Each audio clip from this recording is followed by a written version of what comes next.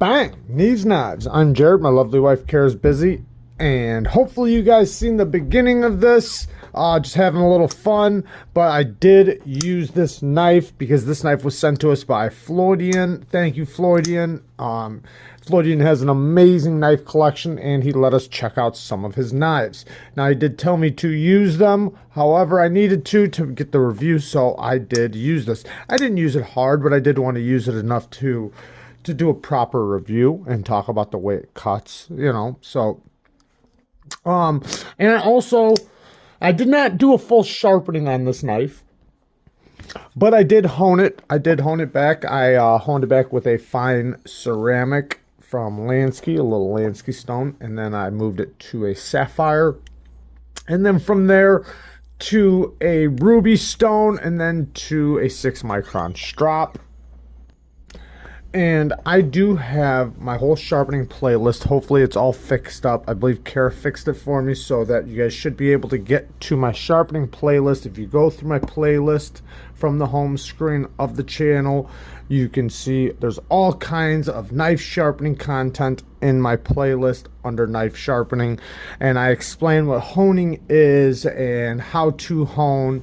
And I didn't take a ceramic rod to this thing because I would have just put a micro bevel on there. What I wanted to do was basically take the edge back to where it was. Now at this point it doesn't probably need a full sharpening, or at least, the very least, it needs to drop down to a finishing or a stone that will sharpen, even if it's a little bit of a higher grit, then go to honing. But I did get the nicks and stuff out, so, but yeah, I didn't do a full-blown sharpening or drop it down to a stone that would sharpen it because I believe he has a KME system, so I'm not sure if he wants to just do it himself, or, you know, if he wants me to do it after this video, he could tell me, and I have no problem, you know, tuning the edge up completely, but it is going to require a sharpening here very, very soon.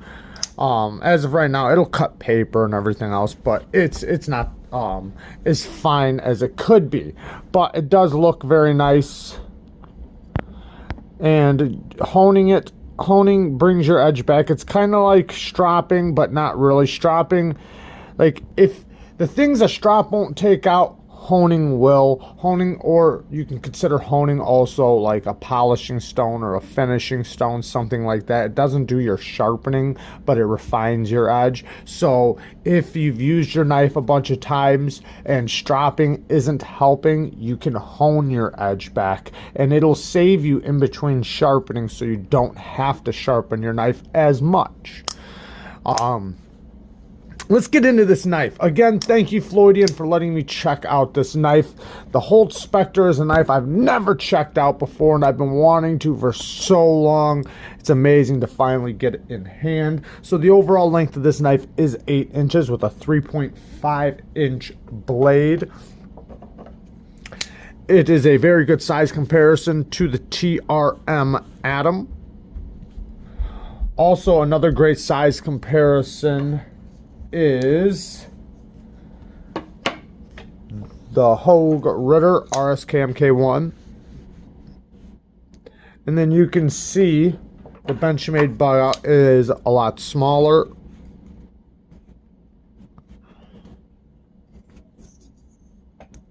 But this is a pretty standard size knife, especially as a full-size knife. 8 inches with a 3.5-inch blade is a great size. Perfect size for EDC for me. This one is nice and compact. It's pretty thin. Let's get into the blade first, and then we will talk about the use and, you know, how it is to use. So this is a great blade shape. drop point blade shape. It is a flat ground blade. It's not overly thick. It is a relatively thin blade stock, and it gets down to nice and thin edge. The blade geometry on this is very nice. I measured this one at about between 10 and 13 thousandths behind the edge. Very, very nice. You can see the tip drops down right there, so it is very easy to use the tip on this. And then you have that little bit of belly for slicing and for push cuts. And a lot of people say that this kind of looks like a steak knife, and I would agree, and I think that's a good thing, because a steak knife is something we've used for so many years, and it just works, and it works good. And the reason why a steak knife is the shape it is for that reason, because it works so good. And this does too. They did give you a sharpening choil down here, and you can see it did pass the plunge grind, which is very nice. They didn't give you a lot of meat right there, but it's okay. You can see their lion logo. The stone washing on the blade is very nice. I love stone washing like this. It really hides the scratches and stuff. So very nice. The spine of the blade it's not really crowned, but it kind of is. They got the edges chamfered, so it does feel there's no corners. Everything's knocked down very nicely. And then the tip of the blade is thicker than the rest of the edge, so it adds to a little bit of strength, even though this you can get lots of utility cuts done with this type of tip, but it also adds to the strength behind the tip, so you're not going to have to worry about chipping or breaking it, which is really nice. They do have jimping on the spine, as you can see, and the finish on the handles, it's got like this dimpling, and then you see, I know I'm not just trying to sit here and tell you guys everything that you guys can see, but we're going to go over the way it looks, and then I'll talk about the use. But it's very beautiful. The texturing on this knife, nice big hardware all over it. Love that it has big hardware. This is bigger than a T8. I believe it was a T12. I forget, but I think it's like I think it's a T12. And then T8's back here, very nice. Love to see that.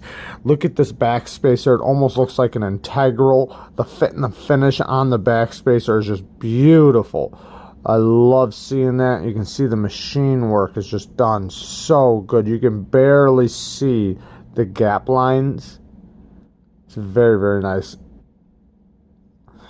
It does have weight relief all through and through, so it's pretty, I mean, I like the weight of it. It's not very light, but it's also not heavy, but it feels like you're holding a knife, and I like that.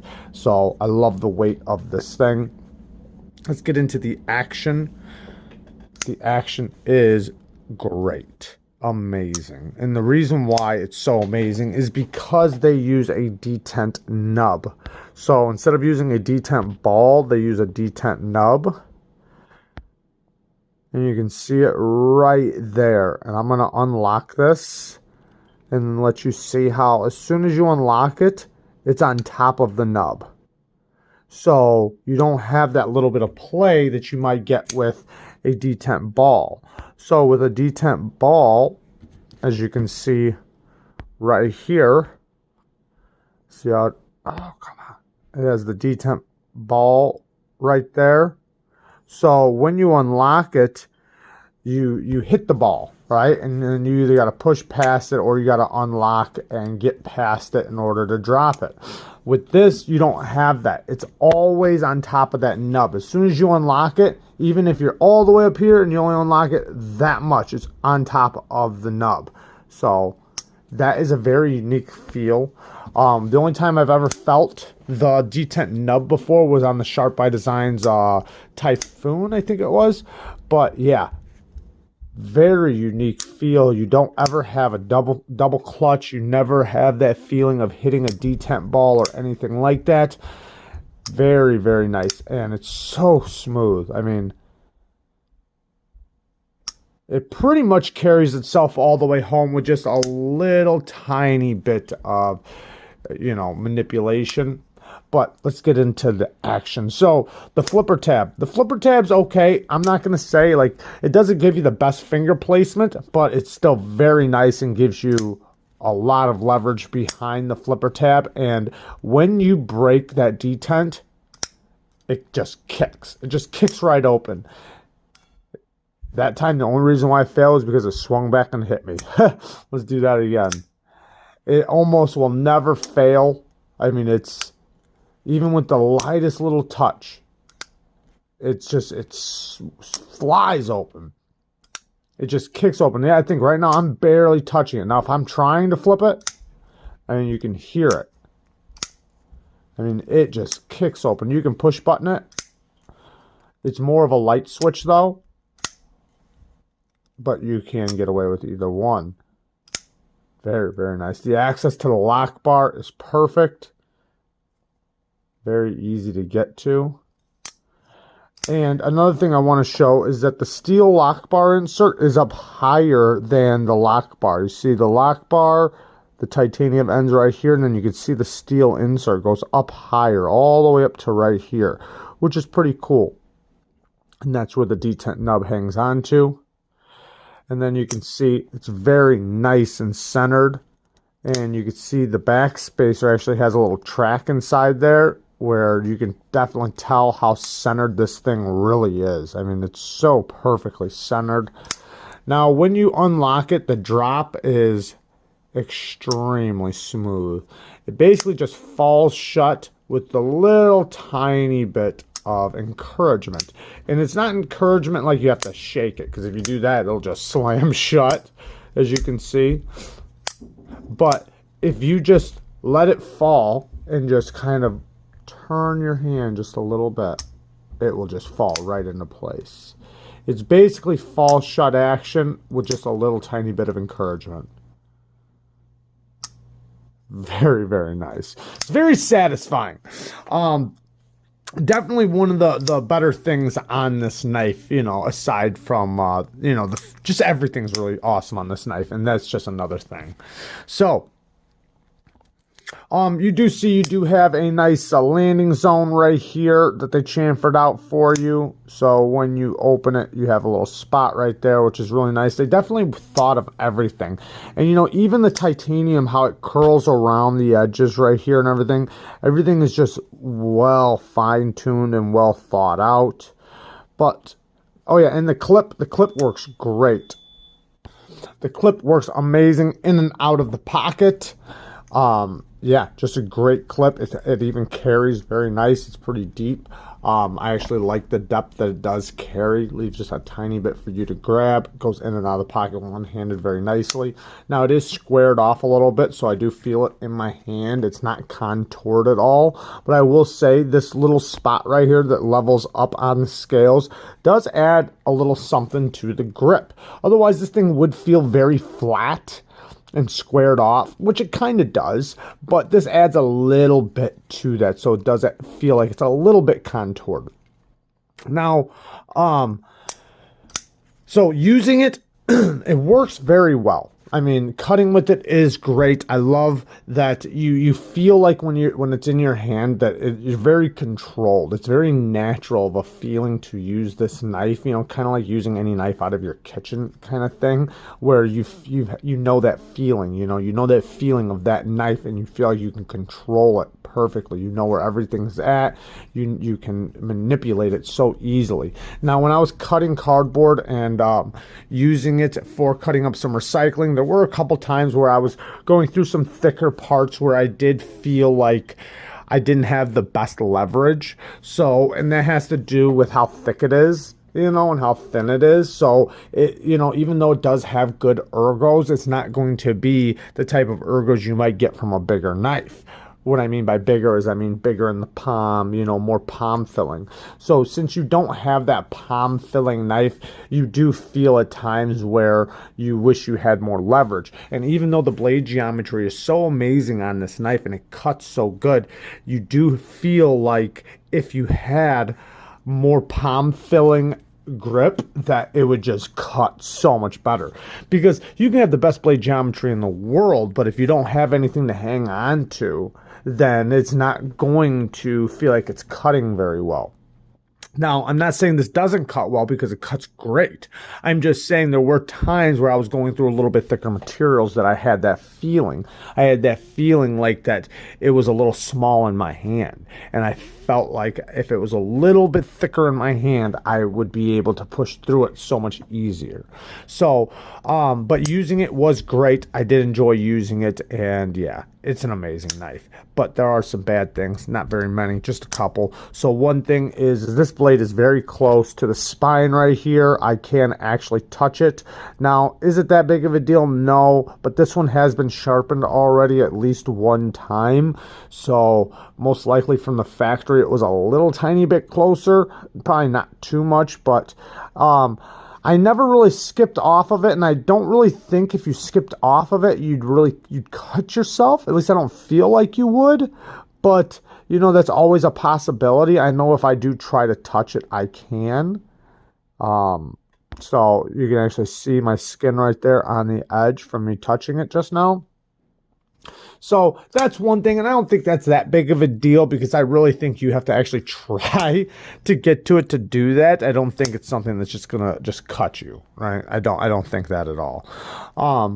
The next thing, which is something very innocent, and it's not that big of a deal, but I do like the sharpening choil. I'm glad that they missed the plunge grind. I just wish they would have gave you just a little bit more meat because it only looks like you're going to get a few sharpenings before you're basically flat across this edge right here. Yeah, you're going to get a couple, you know, but you see how close it already is to the plunge grind. But yeah, not that big of a deal because if you look at it back here, I mean, think about it, it's already touching. So that's just, you know, me thinking I would have liked to have seen a little bit deeper of a sharpening choil. It's not that big of a deal. That's literally a nitpick. The next thing, the jimping doesn't really work. I don't find anything from the jimping, but that's not that big of a deal to me. I don't really need jimping, but it's if you need jimping, then it might be a thing to you, but I don't really need jimping. So, but it is something to note.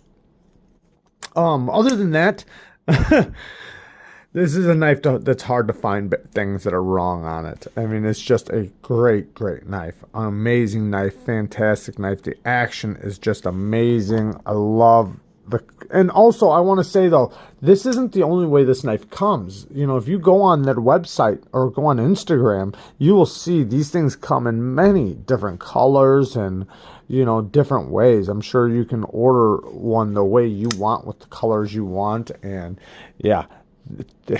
they got some very pretty knives with different colors, and yeah, very cool. So this is not just the way this comes if this is not your style. Now the prices on these on the secondary market is the last bad thing, and I'm not even going to call it a bad thing because it just is what it is. But these things are not easy to get. They are very expensive, and on the secondary market they get outrageous. So yeah, I mean, it is what it is. If you know, I wouldn't even call that a bad. I would just say that that's how awesome this knife is that they get expensive on the secondary market. But I'm very happy that I finally got to check one of these out. I love you guys. Thanks, Floydian. Peace.